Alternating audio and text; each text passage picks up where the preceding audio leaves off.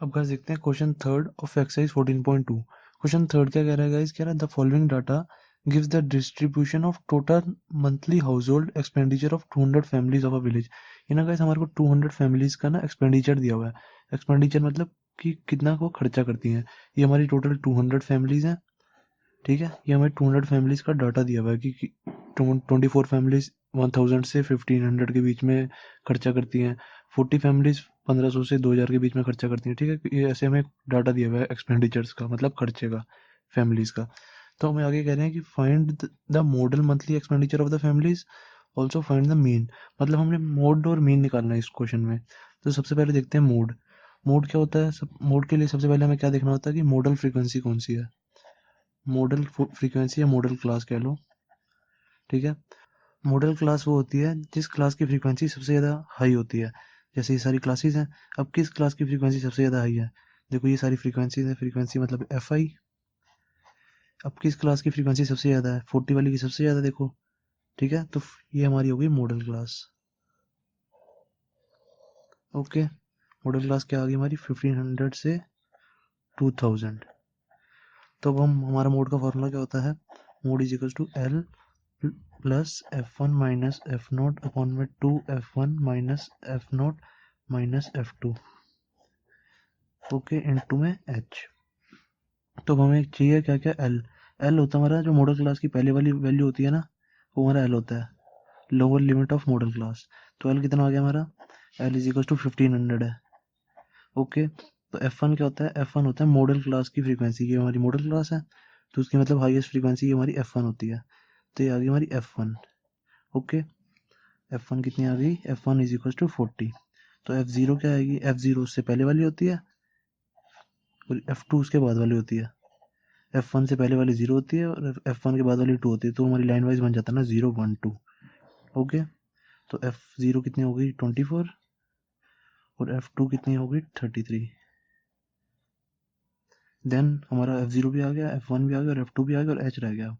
H क्या होगा हमारा? एच होती है हमारी हाइट ऑफ क्लास।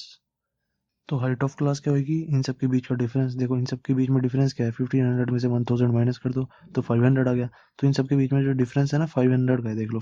1500 से 2000, 2000 से 2500, ठीक है। तो इनके बीच, सबके बीच में क्या डिफरेंस है? 500। तो हमारी एच भी आ गई 500। तो बस अब इसको वैल्यूज में डाल दो। तो कितना आ जाएगा हमारा मोड? यहाँ से इक्वल टू एल। एल कितना है हमारा? 1500। 1500 प्लस एफ वन कितना है हमारा? एफ वन हमने निकाला 40 माइनस एफ जीरो कितना है? 24 अपॉन में 2f1। 2f1 कितना हो गया? 2 इंटू में 40 minus F zero. F zero कितना है हमारे? 24 माइनस F2। F2 कितना है? 33 इंटू में एच। एच कितना है? 500, ओके। बस अब इसको सॉल्व कर दो। सॉल्व करेंगे तो आ जाएगा हमारा 1500 प्लस 40 में से 24 गए 16 अपॉन में 2 इंटू 40 80 हो गया। 80 में से माइनस 24 और माइनस 33, इन दोनों को प्लस कर देंगे, कितना आ जाएगा? 33 में 4 प्लस किया 37, 47 57 माइनस में 57 इंटू में 500, ओके। तो ये कितना आ जाएगा? ये आ जाएगा हमारा 1500 प्लस 16 बाय 80 में से 57 के कितना होता है? 23 इंटू में 500। 16 डिवाइडेड बाई 23 कर दो, फिर इंटू में 500 कर देना, या ऐसे कर लो, ऐसे ही हो जाएगा। ऐसे ही हो जाएगा 1500 प्लस, अब देखो ये 16 बाई 23 है, 16 को इंटू में 5 कर दो, ऐसे ऐसे लिख दो ना, 16 इंटू में 5 इंटू में 100। इसको मैं 500 को 100 इंटू में 5 नहीं लिख सकता, या 5 इंटू में 100 लिख सकता हूँ, इसको तोड़ दिया मैंने, ओके। डिवाइडेड बाई 23 ऐसे का ऐसे ही। तो मैं इसको ऐसे लिख सकता हूँ 1500 प्लस 16 5 का कितना होता है? 80। 80 बाई 23 इंटू में 100।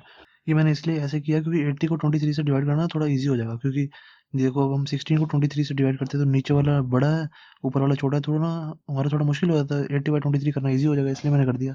वरना आप 16 बाई 23 करके फिर इंटू में 500 कर सकते हो, एक ही बात है, कोई दिक्कत नहीं है।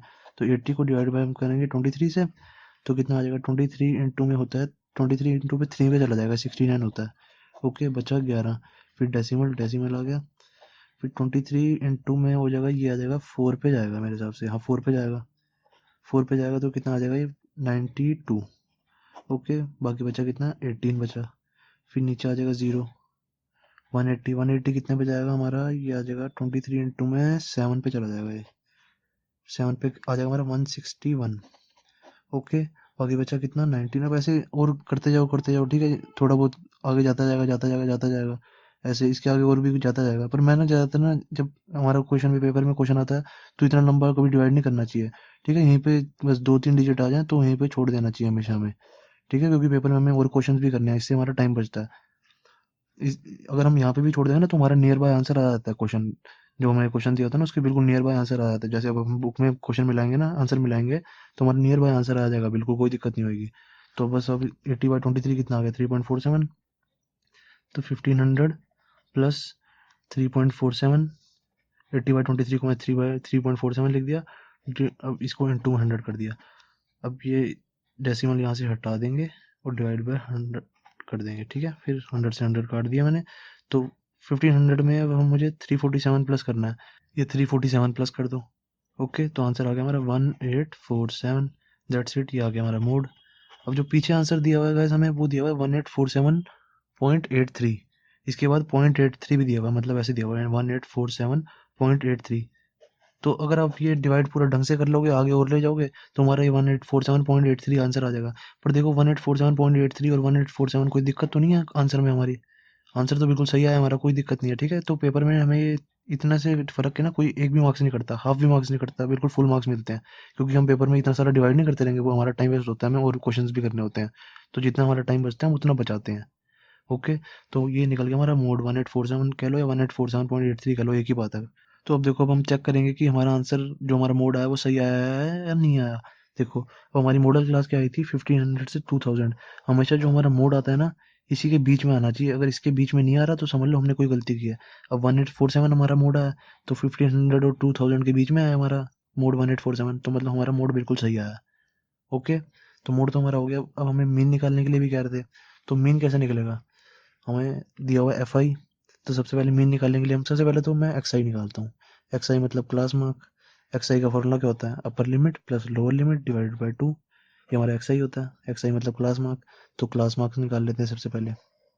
मैं हमेशा ना सबसे पहले नहीं सोचता कि मैं डायरेक्ट मेथड से करूँगा या अज्यूम्ड मीन मेथड से करूँगा या स्टेप डेविएशन से करता हूँ। मैं पहले ना करने लग जाता हूँ, जिससे मेरी कैलकुलेशन ईजी लग रही होती है ना मुझे, तीनों फॉर्मूले में से किसी से भी मेरी कैलकुलेशन ईजी लगी तो मैं उस वाले फॉर्मूले से करता हूँ। मैं पहले से सोच के नहीं रखता कि मैं डायरेक्ट से करूँगा या मैं इससे करूँगा या मैं दूसरे मेथड से करूँगा। ओके, तो सबसे पहले मैं एक्स आई निकालता हूँ। एक्स आई क्या होता है, upper limit plus lower limit divided by 2। तो 1500 प्लस 1000 कितना होता है, 2500। 2500 को 2 से डिवाइड करेंगे तो क्या आता है हमारा 1250। ओके, तो 1500 और 2000 3500। 3500 को 2 से डिवाइड करेंगे तो आ जाता है हमारा 1750। ओके, ये हो गया 2500 प्लस 2000 4500, ये आ जाएगा 2350। 2350 नहीं 2250 आएगा ना ये, 4500 का हाफ होता है 2250। फिर ऐसे ही हम इसको और इसको ऐड करेंगे, डिवाइडेड बाय 2 कर देंगे। फिर इसको और इसको ऐड करेंगे, डिवाइडेड बाय 2 कर देंगे, ठीक है। तो मैं डायरेक्ट लिख देता हूँ 3000 2500, ये आ जाएगा हमारा 2250 हो गया 2750। ये आ जाएगा हमारा 3250। ये आ जाएगा 3750। ये आ जाएगा 4250। एक बचा ये आ जाएगा हमारा 4750। ओके, तो ये हमारा एक्स आई आ गया। एक्स आई मैंने upper limit plus lower limit divide by 2 करके निकाला, ठीक है। आप भी सारे ये निकाल लेना।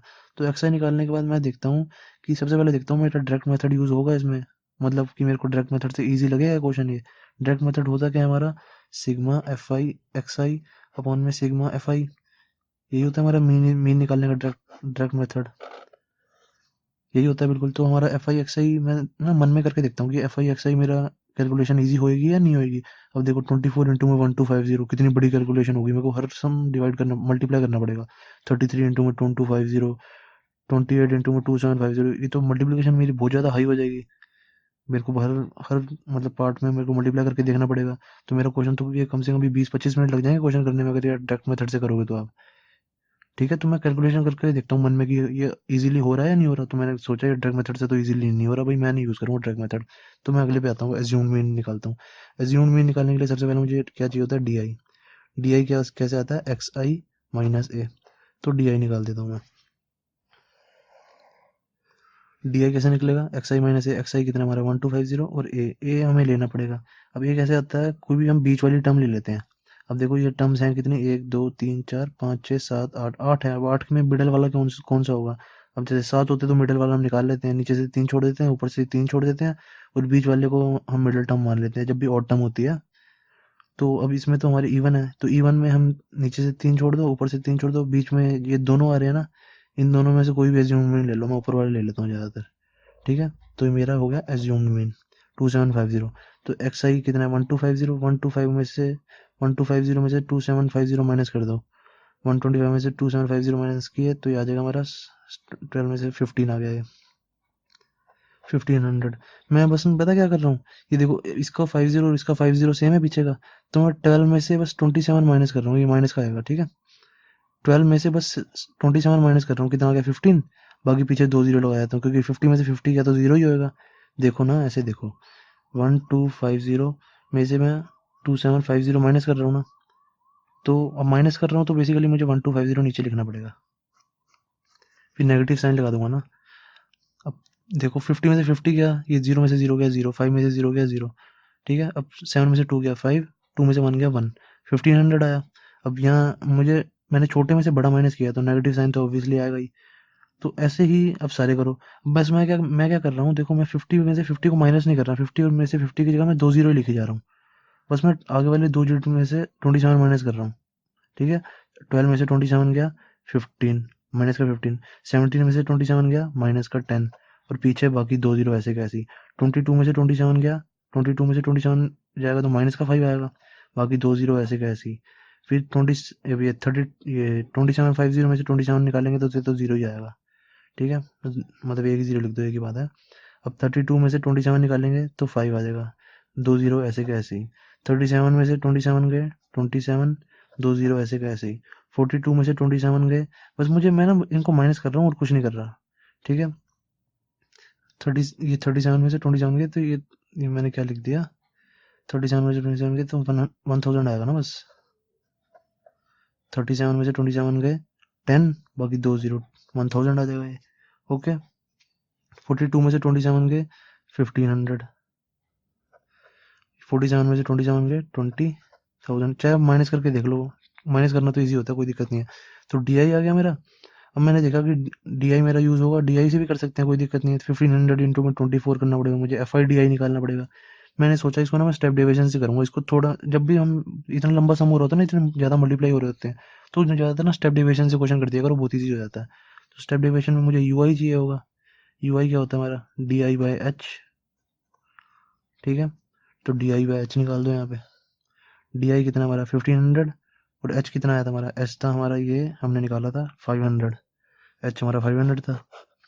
तो अब डी आई कितना 1500, 1500 डिवाइडेड बाई 500 3, माइनस का 3, 1000 डिवाइडेड बाई 500 माइनस का 2, minus 500 divided by minus 500 divided by 500 minus का 1, ये 0, ये 2, सॉरी 1, ये 2, ये 3, ये 4 आ जाएगा। ठीक है, बस 500 से डिवाइड कर रहा हूँ मैं इसको डी आई को।